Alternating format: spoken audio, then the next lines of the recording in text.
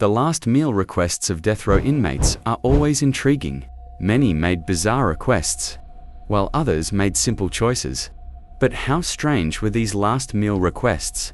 In this video, we take a look at the most interesting death row inmate last meal requests in history. Get ready, because this list is quite interesting.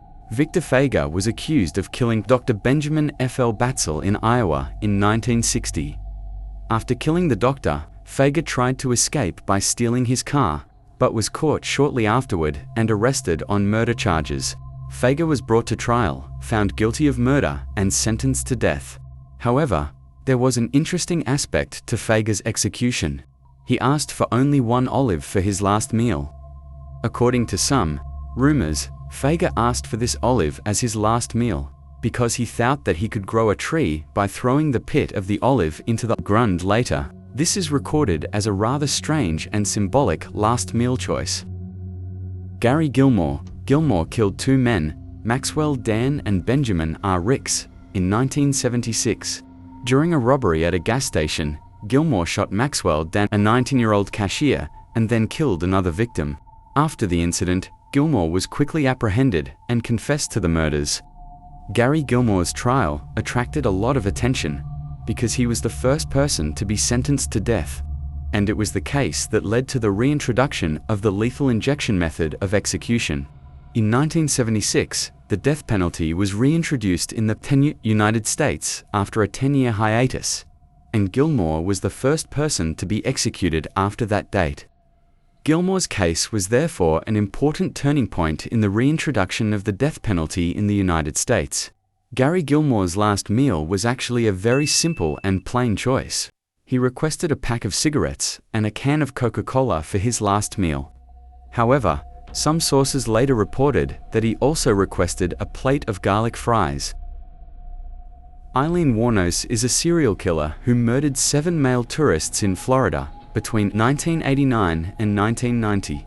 Wuornos claimed that she committed these murders in self-defense, claiming that she had been raped. Eileen Wuornos was a woman who worked as a prostitute and believed, as she claimed, that some men had assaulted her. However, investigations revealed that many of her murders were robberies and murders.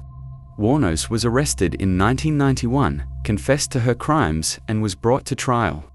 The murders were proven by numerous witnesses and evidence, and Eileen Wuornos was convicted and sentenced to death in 1992. She is recorded as the first female serial killer to be sentenced to death in the United States.